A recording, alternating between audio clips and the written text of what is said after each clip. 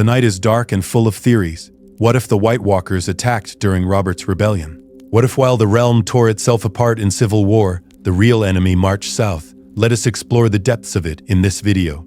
Push the threshold, everyone. The wall stands silent under a moonless sky. Jon Arryn's letter to Ned Stark sits unread on a maester's desk at Winterfell. Robert Baratheon has not yet lifted his hammer against Rhaegar Targaryen. The realm breathes its last moment of ignorant peace. At the Night Fort, the oldest and most haunted castle on the wall, Ranger Benjen Stark leads a small ranging party into the haunted forest. He is young, barely 20, eager to prove himself worthy of the Black. His breath mists in the freezing air as he signals his men forward through the ancient pines. Something feels wrong. The forest holds an unnatural quiet, as if every living thing has fled or hidden. Benjen's hand moves to his sword as blue lights flicker between the trees. Dozens of them, then hundreds. The dead come through the snow like a winter storm made flesh. Benjen's men scatter as whites surge forward with clicking bones and frozen sinew. He hears screaming behind him, the wet sound of tearing flesh. But he runs. His legs pump harder than they ever have. The wall looms ahead, salvation in ice and stone. He reaches the gate, pounding on it with bloody fists. The gate rises just enough for him to tumble through. Behind him, the night comes alive with blue eyes and the shambling dead. The wall's defenders stare in horror as the army of the dead crashes against the barrier like waves against a cliff. Lord Commander Corgyle stands on the battlements, his weathered face pale in the torchlight. The command is given quietly. Light every torch, wake every man, and get ravens to Winterfell. Now. But the ravens will not fly. Every bird released falls from the sky, frozen mid-flight, ice forming on black feathers before they hit the ground. The maesters stare at the dead birds piling in the rookery with growing dread. We are alone. At Winterfell, Rickard Stark receives different news entirely. King Aerys has summoned him and Brandon to King's Landing to answer for Brandon's threats against Prince Rhaegar. Ned watches his father prepare to ride south with a growing sense of unease. "Father, let me go instead." "No, Ned." Brandon spoke the words. He must answer for them. "I will stand with my son." Something feels wrong about this. The king grows more unstable by the day. All the more reason I must go, to protect your brother from his own hot blood. Rickard Stark rides south with 20 good men, unaware that the wall is under siege 300 leagues to the north. He does not know that his youngest brother watches the dead claw at ancient ice. He does not know he rides to his death. In King's Landing, Aerys Targaryen sits on the Iron Throne, his fingernails long and yellow, his hair matted and filthy. Varys whispers counsel while Jaime Lannister stands in white armor, watching, always watching with the uncomfortable awareness of a boy playing at night. "Lord Rickard Stark has arrived to answer your summons, your grace." "Good. Bring him to the throne room and prepare the wildfire." Jaime's hand tightens on his sword.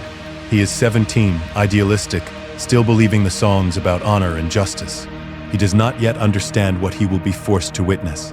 Brandon Stark is brought in chains. Rickard stands proud, his northern gray eyes meeting Aerys's mad purple ones without flinching. "You summoned us, your grace. We have come to answer." "Answer? Your son threatened my son." "Threatened the crown prince of the Seven Kingdoms." "My son spoke in anger over the disappearance of his betrothed, your grace. We seek only Lady Lyanna's safe return and peace between our houses." Aerys's laugh echoes through the hall, high and terrible, the sound of a mind long broken. "There is no peace, only fire and blood. Burn them." The throne room transforms into a chamber of horrors. Rickard is suspended in his armor, while wildfire burns beneath him. Brandon is placed in a Tyroshi strangling device, the sword just beyond his reach. Jaime watches, horror frozen on his young face, as the Mad King murders the Warden of the North and his heir with theatrical cruelty. "Reach for the sword, boy. Save your father." Brandon strangles himself trying to reach the blade. Rickard Stark roasts slowly in his armor, the smell of burning flesh filling the throne room. And Aerys laughs, already ordering his pyromancers to stockpile more wildfire beneath the city streets. At the Eyrie, Jon Arryn receives the news with a heavy heart. His ward, Ned Stark, stands before him with tears streaming silently down his face. Robert Baratheon's rage fills the high hall like a living, breathing thing. The king demands our heads as well, yours and Robert's. Then we refuse. Ned, your father, your brother, are dead. Robert's voice shakes with barely controlled fury. And that mad creature on the throne wants us dead as well. I say we oblige him with war instead. Jon Arryn looks at these two young men, barely more than boys, and sees the realm splitting like an axe through wood. If we do this, it is rebellion. Open war. It is justice. Ned's voice carries the cold of northern ice. Call the banners, Lord Arryn. The North remembers. The rebellion begins. Robert rides for Storm's End to rally the Stormlands. Ned rides north to Winterfell to claim his father's seat and raise the northern banners. Jon Arryn calls the Lords of the Vale to arms. None of them know that at the Wall, something far worse than civil war has awakened. At Castle Black, Benjen Stark watches the dead attack in waves that never cease. Not in organized assaults, but constantly, endlessly, like a tide that refuses to ebb. They pile bodies against the ice, climbing over each other like ants swarming a carcass. The Wall's defenders dump boiling oil, loose arrows, drop stones. Nothing truly stops them. How many does Lord Commander Corgyle ask quietly? Thousands, tens of thousands. Benjen's voice is hoarse from days without proper sleep, and more coming with every nightfall. The Night King? I have not seen him, but something commands them. You can feel it in the cold. A White Walker strides through the army of the dead, blue armor gleaming like captured starlight. It reaches up and touches the wall with one pale hand. The ice groans deep within, ancient magic straining against an equally ancient enemy. The spells hold, but barely. The wall has stood for 8,000 years. It will not fall. It has never faced this. Benjen gestures to the north, where the sky glows with strange aurora lights. Whatever sleeps up there is waking, and we do not have the men to stop it. At Winterfell, Ned Stark sits in his father's chair, too young for its weight, too inexperienced for its burden. Maester Waelys approaches with a message scroll, his face troubled. My lord, a raven from Castle Black managed to get through before the others stopped flying. It says, he trails off, staring at the words. What does it say? It says the dead are attacking the wall. Thousands of them, led by creatures from the old stories. White Walkers. The northern lords gathered in the hall laugh nervously. Lord Umber slaps his knee. The watch has gone mad from isolation and fear. But Ned remembers old Nan's stories, told by firelight when he was a boy. He remembers his father's words about duty in winter. He remembers the ancient oaths of House Stark. How many men does Castle Black have? Perhaps 1,000, my lord. The wall is severely undermanned, has been for generations. And they ask for aid? They beg for it, my lord. The message is desperate. Ned stands, young but carrying his father's authority like an ill-fitting cloak he must grow into. Lord Umber, take 500 men north. Ride for the wall with all possible speed. My lord, we are already at war. The Mad King murdered your father and brother. The realm calls for vengeance. The wall is our first duty. It always has been. Winter comes for us all. And if the watch falls, the north falls with it. But the rebellion will mean nothing if the dead march south unopposed. Go. Now. Lord Umber rides north with his men, muttering about wasted effort and children's tales. Ned watches them depart and prays to the old gods that his instinct is wrong. But in his bones, in his blood, he knows it is not. In the Riverlands, Hoster Tully makes his choice for the rebellion. His daughter Catelyn was betrothed to Brandon Stark, now dead. His daughter Lysa will marry Jon Arryn to seal the alliance. He calls his banners for the wolves and stags against the dragon. We ride north to join Lord Eddard within the fortnight. But his maester brings curious news that gives him pause. Lord Stark has sent half his forces to the wall, my lord. They claim the dead are rising beyond it. The dead? Old stories, my lord. Clearly the burden of his father's murder has affected young Eddard's judgment, or he knows something we do not. The Starks have held the north for thousands of years. They do not panic at shadows. At King's Landing, Aerys grows more paranoid with each passing day. His pyromancers work without rest, brewing wildfire in quantities never before seen. Jaime stands guard, watching, hating every moment of what he sees. The traitors will come, Varys whispers like poison in the king's ear. The wolves, the stags, the fish, the falcons, all of them traitors to the crown. Then we burn them all. The city, the castle, everything. Let Robert Baratheon rule over ashes and bones. Jaime's hand trembles slightly on his sword. He has sworn sacred oaths. But what oath binds a man to stand idle while 500,000 innocents burn? Meanwhile, Tywin Lannister sits in Casterly Rock, carefully neutral. His son wears white in the King's Guard, but that does not mean he supports the Mad King. He waits, watches, calculates which side will triumph. Father, we should declare for the rebels. Aerys has clearly lost his mind. Be quiet, Tyrion. You are 10 years old and understand nothing of politics. I can count, Father. The rebels hold 4 kingdoms. Aerys has the crown lands and perhaps Dorne if Prince Doran feels generous. Tywin almost smiles at his dwarf son's precocious intelligence. The Tills have not declared, nor have the Martells committed fully. And the North wastes half its strength elsewhere. Elsewhere? They send men to the wall. Some story about the dead rising. Tyrion's eyes widen. He has read the old books, the histories most dismiss as legend and superstition. What if it is not a story? Do not be foolish. But Tywin files the information away carefully. The North does not panic without cause. If Ned Stark sends men to the wall, there is a reason worth understanding. At the wall, Lord Umber arrives with 500 men and immediately grasps why. The wall stands under siege. The dead pile against it like snow in a blizzard, endless and patient and utterly relentless. 7 hells take me. Welcome to Castle Black, my lord. Benjen Stark looks exhausted, his face gaunt from lack of sleep and constant vigilance. We need every sword. How long can the wall hold? The wall itself will hold. The magic is older than the Andals, older than the first men. But we must hold the castles. If they breach the gates, a horn blows once. Then twice. Then a third time. White Walkers approach from the tree line, tall and terrible in armor that seems carved from winter itself. Behind them, giants lumber forward, dead and reanimated, terrible in their corrupted majesty. On their massive shoulders, they carry tree trunks like battering rams. They build siege weapons. The giants hurl the trees at the wall with crushing force. They smash against the ice, cracking it. The ancient spells hold, but the Night's Watch can feel them weakening with each impact. Like a dam developing hairline fractures. Archers, loose arrows. Arrows rain down in clouds. The whites fall like wheat before a scythe, but more take their place. Always more. Lord Umber fights beside his men, his great axe cleaving through frozen flesh. But for every white that falls, 2 more climb over its body. How do we kill them?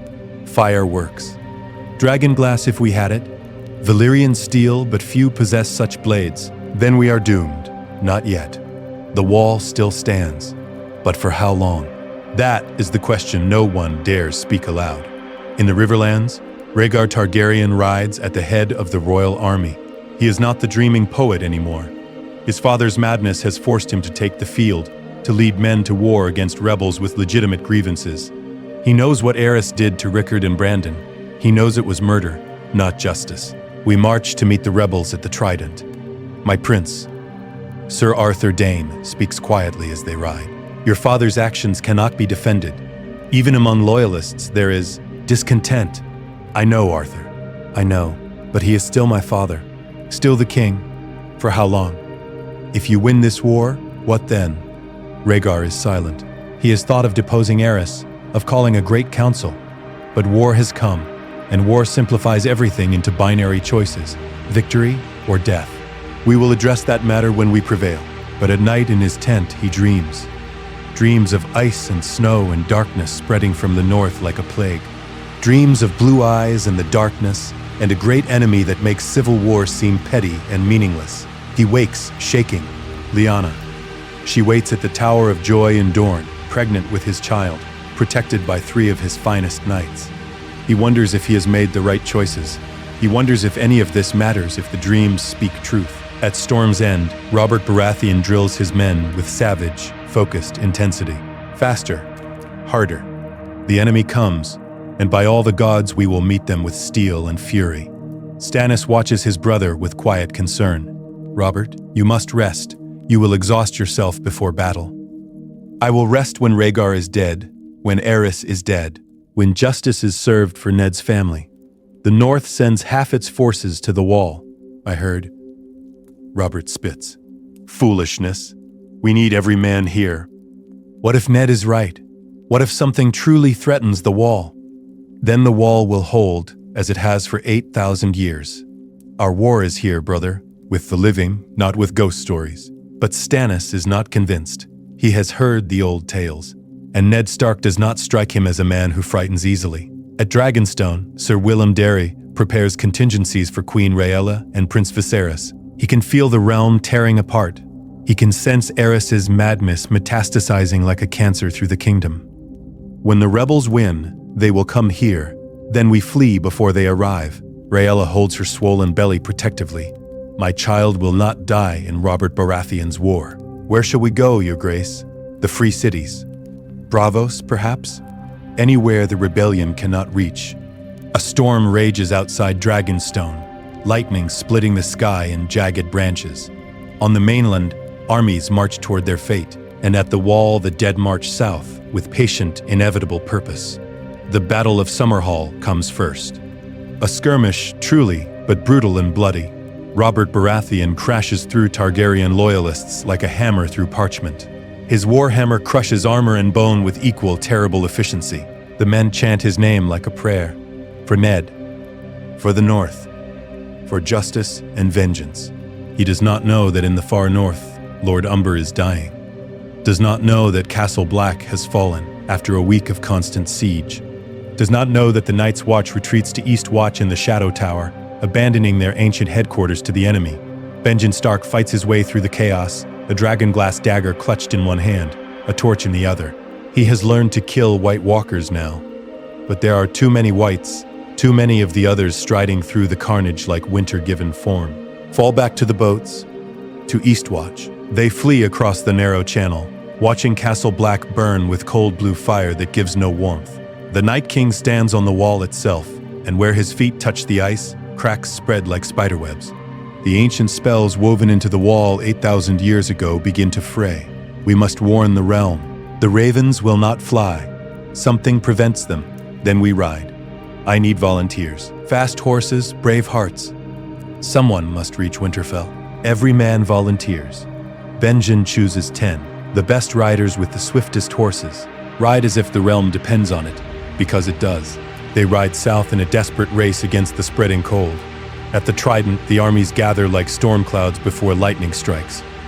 Robert's rebels number 40,000 strong. Rhaegar's loyalists match them man for man. The river runs between them, and both sides understand that whoever controls this field controls the war. The night before battle, Rhaegar Targaryen stares into his campfire. Ser Arthur Dayne sits beside him in companionable silence. Do you think Lyanna is safe? Sir Oswell and Sir Gerald protect her? She is as safe as anyone can be in these times. I dream of ice, Arthur. Ice and darkness and the end of all things. You have always dreamed strange dreams, my prince. What if they are not dreams? What if they are warnings? Arthur does not answer. In the distance, Robert Baratheon sharpens his warhammer, and Ned Stark prays to nameless old gods for strength and wisdom. The Battle of the Trident begins at dawn. Robert and Rhaegar both understand this has become deeply personal. Rhaegar took Lyanna, whatever the truth of that might be. Robert wants vengeance wrapped in love's bitter cloak. The armies crash together like waves meeting in a storm. Rhaegar fights his way through the melee. He does not seek this combat, but honor and duty demand it. He rides forward in black armor, rubies glittering on his breastplate like drops of frozen blood. They meet in the middle of the river, hammer against sword. Robert fights with rage and grief twisted into something sharp and deadly. Rhaegar fights with the weight of a dying dynasty on his shoulders and prophecy clouding his mind. The hammer swings. Rhaegar dodges with practiced grace. His sword catches Robert's arm, drawing blood that clouds the river water. Robert barely notices. He swings again, and this time the hammer connects. Rubies explode from Rhaegar's breastplate, scattering into the water like garnets. Lyanna never loved you. She came willingly. We married in secret, by the old gods and the new. The hammer comes down again. Rhaegar's chest caves inward. He falls into the Trident, drowning in water and blood and broken prophecy. The last dragon prince dies, and something vital dies with him. Rhaegar has fallen. The battle is won. The loyalist army breaks. Robert stands in the river, hammer dripping red, and he feels hollow rather than triumphant. He thought killing Rhaegar would bring peace. It brings only emptiness. Robert, Ned wades to his friend through bodies and blood. It is finished. Is it? Then why does the wound still bleed? Because war does not heal. It only carves new scars. But the war is far from over. At King's Landing, Aerys receives news of his son's death and his mind shatters completely. Burn them. Burn them all. Every street, every building, every soul in this city. Let Robert Baratheon rule over ashes. Jaime Lannister stands in the throne room as pyromancers rush to obey their Mad King. He sees them carrying jars of wildfire. He hears Aerys screaming the same two words like a mantra of madness. Burn them all. Burn them all. And Jaime makes his choice. He walks toward the throne with steady purpose. Aerys sees him coming, his eyes bright with madness. Yes, good. Guard your king. Kill the traitors when they arrive. Jaime says nothing. He drives his sword through Aerys's back with a single clean thrust. The Mad King gasps, blood bubbling from his lips. Jaime withdraws the blade and strikes again, this time through the throat. Aerys Targaryen, third of his name, dies choking on his own blood.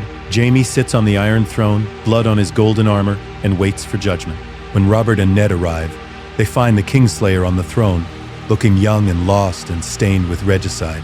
I killed him. He was going to burn the city, everyone in it. I had to stop him. Get off the throne.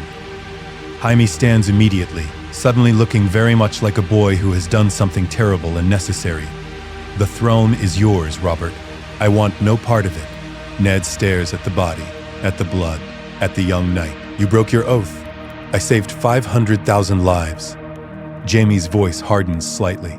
I would break it again without hesitation. Before the debate can continue, the throne room doors crash open. A rider stumbles in, covered in frost and dried blood. One of Benjen's messengers. The wall has fallen. The dead march south. He collapses.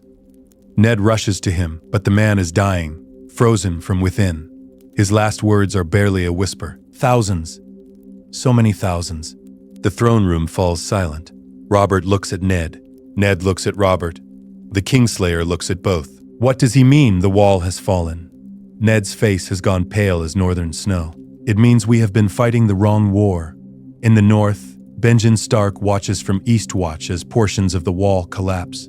Not catastrophically, not all at once, but Castle Black falls, the ancient ice crumbling section by section. The army of the dead pours through the breach like water through a broken dam. How many? 100,000? Perhaps more. Benjen's voice sounds hollow. And they turn everyone they kill. What do? We warn Winterfell, we warn everyone who will listen, and we pray to gods old and new that someone believes us. At Winterfell, Roderick Cassell stands on the battlements, watching the northern horizon with growing unease. The air tastes wrong, too cold even for deep winter. The animals grow restless and afraid. Wolves howl in the distant darkness. Then he sees it. Snow falling in patterns that defy nature, swirling upward in some places, moving against the wind. And in that unnatural snow, blue lights flicker like will-o-wisps. Old man spoke truth. He turns to the maester with barely controlled urgency. Send ravens to every castle in the north, every holdfast, every tower. The White Walkers are real and they march south. Tell them to prepare for siege. Gather dragon glass, oil, fire, everything we have. My lord, the southern kingdoms will think us mad. I care nothing for what they think. Do it.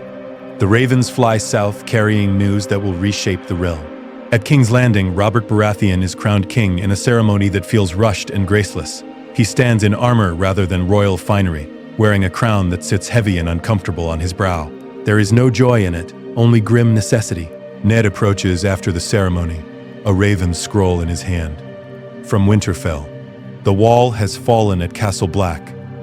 The dead march through the gift. Last hearth, Carhold, Molestown, all gone. All dead or worse. How is this possible? Does it matter? They come. They kill. They add the dead to their numbers. The army grows with every battle. Robert sits heavily on the Iron Throne, the twisted swords pressing into his back. How many men do we have? Perhaps 60,000 who are not dead or wounded from the rebellion, scattered across 7 kingdoms. Then the north? 15,000 at best. They face the dead alone. We need dragon glass, Valyrian steel, Fire. Ned nods slowly. I ride north. My people need me. I ride with you. Robert, you are king now. You must organize the southern kingdoms, call the banners. Curse the southern kingdoms. Your family dies in the north. I do not stay here in comfort while you fight. Before Ned can protest, Varys appears like a shadow. Your Grace, there is someone you should meet. Someone with knowledge of the enemy. He gestures, and a portly man waddles forward, richly dressed. This is Illyrio Mopatis, a magister from Pentos. He possesses certain historical information. I have no time for SOC merchants. Not history you will find in Westerosi books, Your Grace. Illyrio's voice is smooth as scented oil. The Valyrians fought the White Walkers once, before the doom consumed them. Robert leans forward despite himself. How? Dragonglass, as you surmised, but also dragonfire. The White Walkers fear it above all else. We have no dragons. They died with the Targaryens. Varys and Illyrio exchange meaningful glances. Not entirely, Your Grace. 3 dragon eggs exist. They were removed from Dragonstone before the rebellion. Eggs are useless without living dragons, unless they can be hatched. And how does one accomplish that? Blood magic. The same attempted at Summerhall, but executed correctly this time. Robert stands, his expression darkening. What would this ritual require? The eggs. A person of Valyrian blood. And death. Someone must die for dragons to live. We have no Targaryens here. Not here. Varys' smile is thin as a knife blade. But across the narrow sea, Queen Rhaegar has birthed a daughter, Daenerys, and young Viserys survives as well. The last living dragon blood. You ask me to use children in blood magic? I ask you to save the realm, Your Grace, whatever the cost. Robert looks at Ned. Ned stares back, and for the first time, Honorable Ned Stark has no answer. What is one child's life weighed against the realm entire? Where are they? Dragonstone. The Queen still recovers from a difficult birth. I can have them brought here within days. Do it, and find every scrap of dragonglass in the 7 kingdoms. Arm every man, woman, and child who can hold a weapon. In Winterfell, the dead arrive with winter itself. A blizzard descends that freezes men where they stand. The gates seal shut. The walls fill with defenders. Roderick Cassel watches the army of the dead surround his castle like a frozen sea. How many? Thousands, my lord. Tens of thousands. And more arrive with each nightfall. The Whites hurl themselves at the walls with mindless persistence. Archers cut them down, but they rise again. Burning oil works better, but the stores of oil diminish quickly. We cannot hold indefinitely. We need only hold until Lord Eddard returns with reinforcements. But will he return in time? That question haunts everyone. At what remains of the wall, Benjen Stark leads a desperate last stand at Eastwatch. The Shadow Tower still holds to the west, but Castle Black is a frozen wasteland crawling with the dead. We must retake it. We cannot. There are too many. We would die to no purpose. Then we destroy what remains. Collapse the wall completely, seal the breach. That is sacrilege. The wall has stood for 8,000 years, and now it has fallen. Benjen's voice is hard. We improvise or we die. Those are our choices. They pack the remaining tunnels with what little wildfire the Night's Watch possesses, kept for desperate circumstances. When it detonates, a section of the wall collapses, burying thousands of Whites under tons of ice and stone. But tens of thousands more simply walk around the rubble. In King's Landing, Rhaegar Targaryen is brought before Robert under guard. She clutches baby Daenerys to her chest. Young Viserys clings to her skirts, trying to appear brave. She is terrified. You mean to kill us? No. Robert's voice is surprisingly gentle. I need your aid. Aid? You slew my son. You destroyed my house. And now I need you to save the realm from something far worse than civil war. He explains the White Walkers, the dead rising, the desperate need for dragons. Rhaegar listens with growing horror. You would use my children in blood magic? I would use anyone, anything, to stop what comes from the north, including myself if necessary. And if I refuse, then we all die. Every soul in Westeros becomes one of them. Your children included. She closes her eyes. When they open again, tears stream down her face. What must be done? Illyrio steps forward, his movements precise. The ritual requires 3 elements: Dragon eggs, Targaryen blood, and a willing death. Whose death? Not yours, your grace. Not the children's, but someone must pay the price. I will do it. Jaime Lannister steps forward from his position against the wall. I killed a king. Let my death purchase something greater than murder. Jaime, you need not. I tire of this golden armor. Tired of broken oaths and bloody choices. Let me do one purely good thing before I die. Ned Stark speaks quietly. It should be someone of noble blood who goes willingly to their fate. I am willing, and I am the son of the wealthiest lord in Westeros. Noble enough? The ritual is prepared in the throne room over 3 days of careful preparation. The Iron Throne serves as altar. 3 dragon eggs, ancient and beautiful, rest among the twisted swords. Jaime Lannister kneels before them in white armor, a long sword across his knees. Are you afraid? Rhaegar asks softly.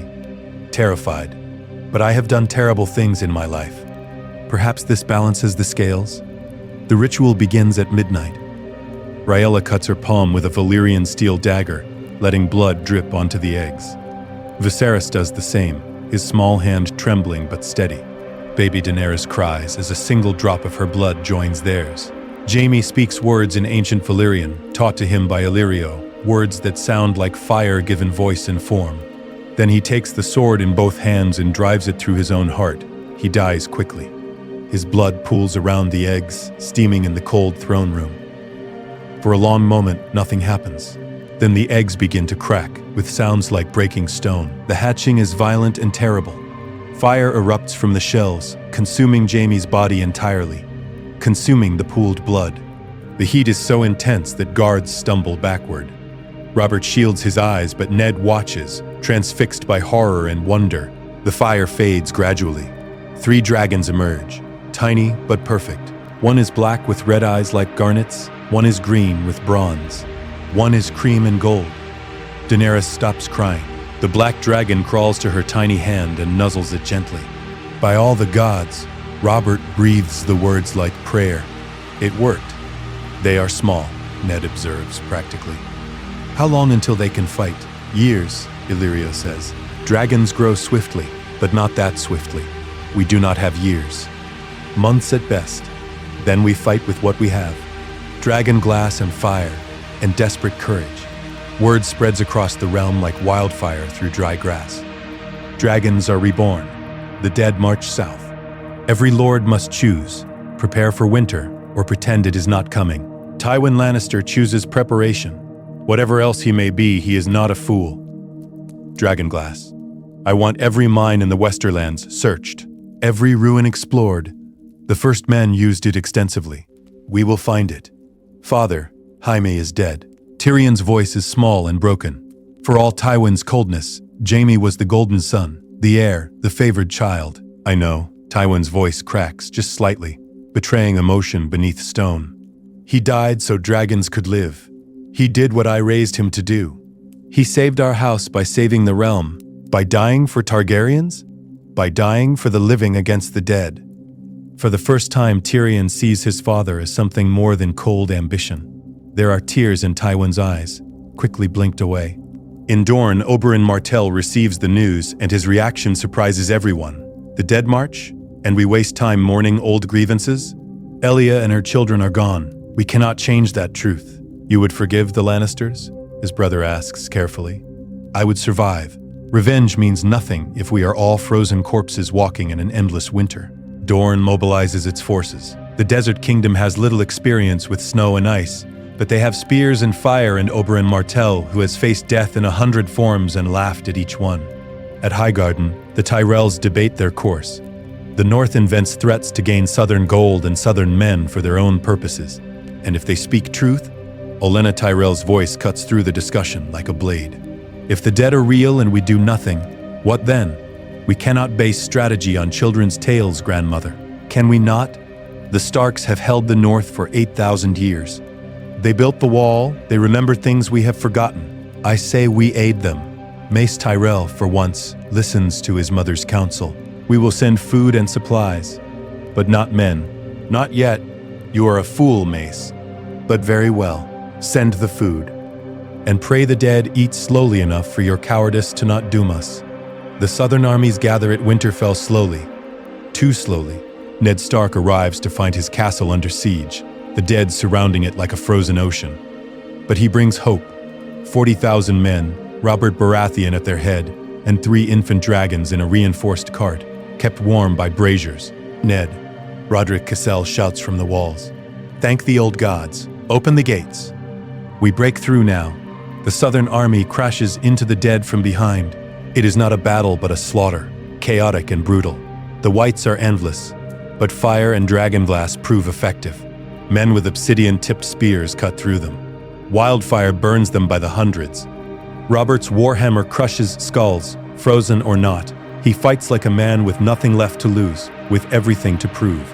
They break through after hours of desperate fighting. The gates open just wide enough for the army to pour inside, then slam shut immediately. The dead press against the walls, but the walls hold. For now, inside Winterfell's great hall, Ned and Robert reunite, both covered in blood and frost. You brought dragons, infants. But yes, and 40,000 men, everyone I could muster, the Riverlands, the Vale, the Stormlands, even some from the Reach and Westerlands.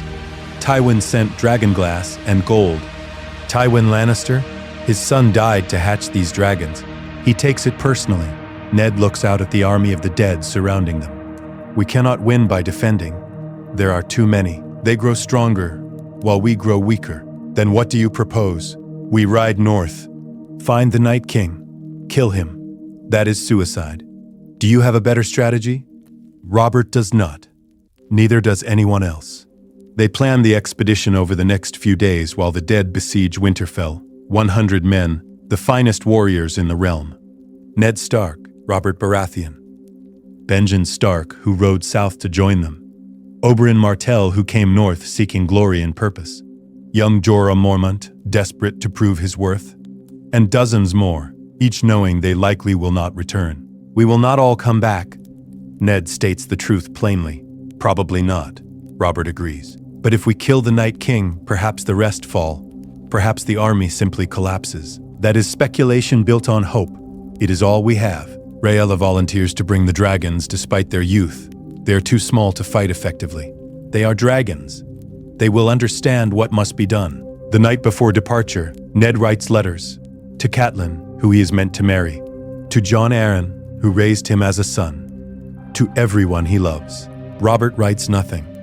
He has no one left to write to. Lyanna, still in Dorne, still carrying Rhaegar's child. If I survive this, I will find her. Tell her I understand now. And if you do not survive, then tell her yourself. They ride north at dawn, 100 warriors on a mission that may save or doom the realm. The dead part before them, not attacking, merely watching with blue eyes that glow in the gloom. It is deeply unsettling. They herd us north, Benjen observes quietly. Let them. Ned's voice is grim. We seek the Night King. If he wants us as well, so much the better. They ride for days through frozen wasteland that grows colder and stranger. Men lose fingers and toes to frostbite. Horses die and must be abandoned. But they continue north, driven by duty and desperation. Finally, they see it. The true north, the heart of winter, where summer has never touched and never will. And in the center, on a throne carved from a single massive piece of ice, sits the Night King.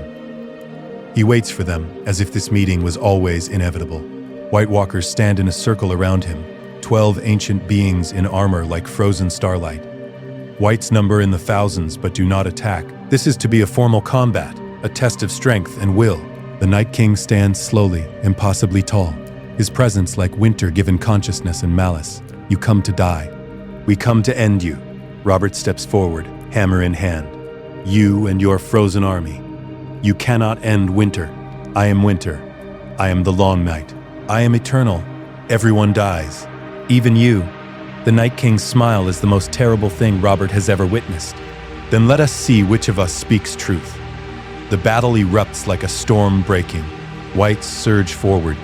The 100 warriors form a defensive circle, back to back, surrounded. Dragonglass and Valyrian steel flash in pale light. Men die screaming. Some rise again as whites within moments. Burn the bodies. Do not let them rise.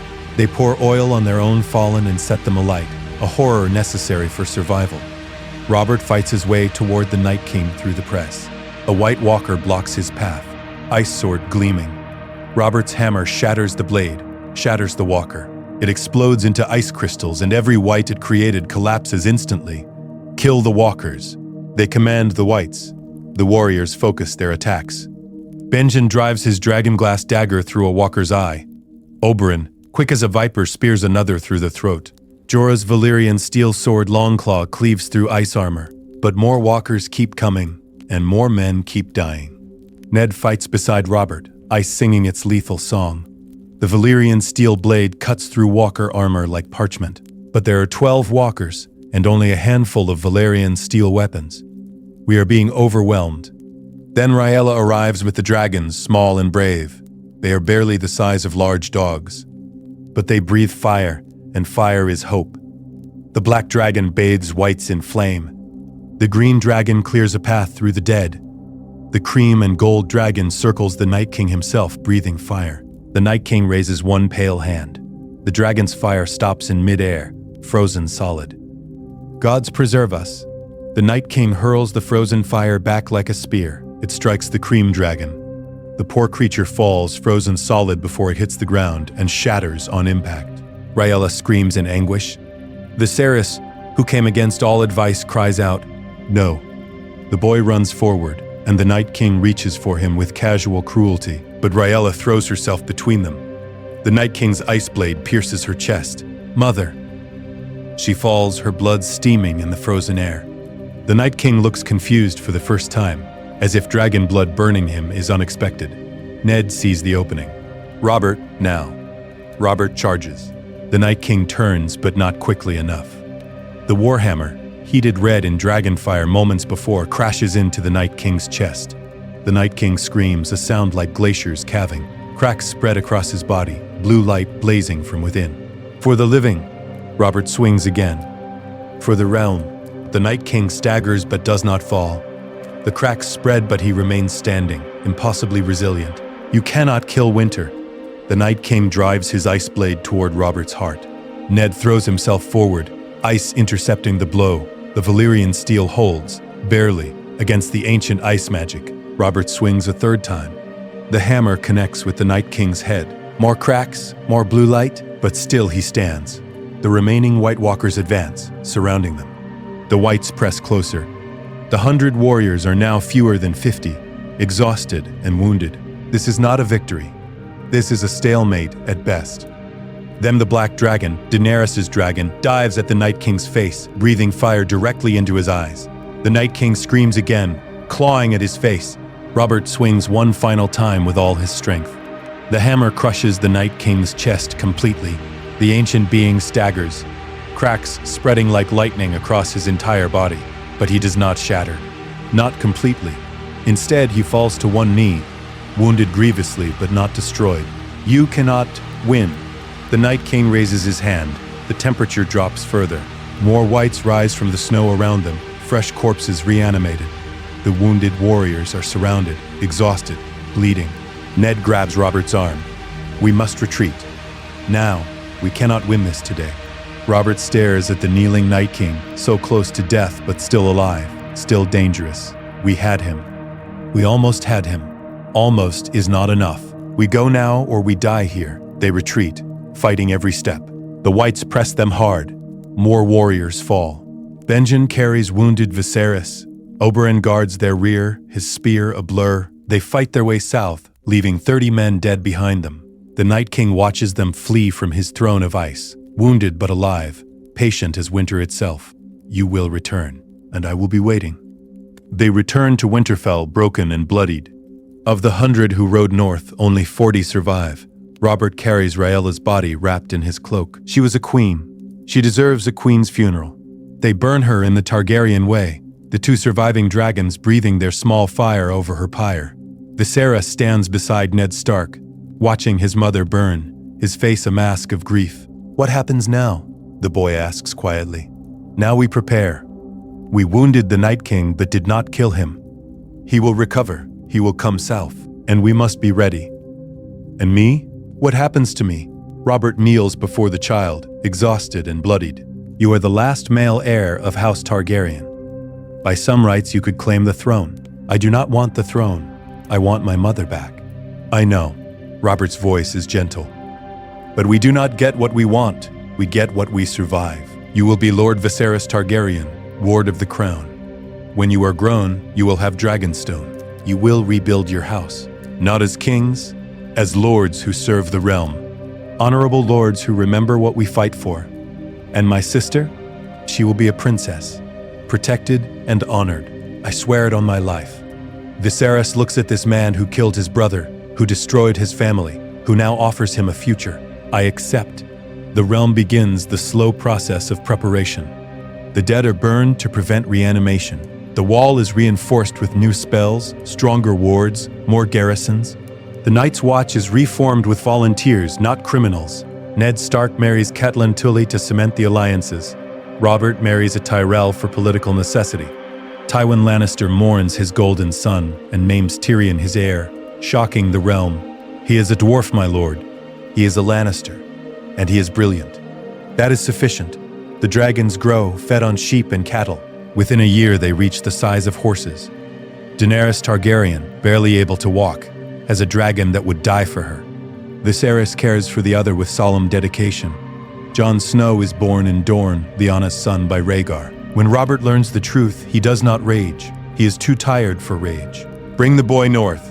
Raise him as Ned's ward or bastard if you prefer. But keep him safe. You will not kill him? I have had enough of killing children. The boy did not choose his parents. The realm settles into uneasy peace. But in the far north, in the heart of winter, the Night King sits on his frozen throne, healing slowly, gathering strength. The cracks in his body seal gradually. The blue light in his eyes burns cold and patient. He has time. Winter always returns. And this time, when he marches south, he will bring winter that never ends. One of his White Walkers approaches, ancient and terrible. They wounded you, my king. They delayed me. Nothing more. Let them have their temporary victory. Let them rebuild. Let them believe they are safe. And then winter comes. True winter. The long night that does not end. And this time, there will be no dawn. The Night King's laughter is the sound of ice cracking in the deep cold, promising a threat that still looms beyond the wall, waiting for its moment to strike. That is our theory. What if the White Walkers attacked during Robert's rebellion? The realm would have torn itself apart while an ancient enemy returned, forcing Mad Kings to die not for ambition but for survival, forcing dragons to hatch in blood and terror, forcing enemies to stand together against the dark. But even united, they could only wound the Night King, not destroy him. The true war is yet to come. If you enjoyed this exploration of what might have been, leave a like and tell us in the comments what you would do differently. How would you defeat the Night King? What alliances would you forge? Winter is coming and the realm must be ready.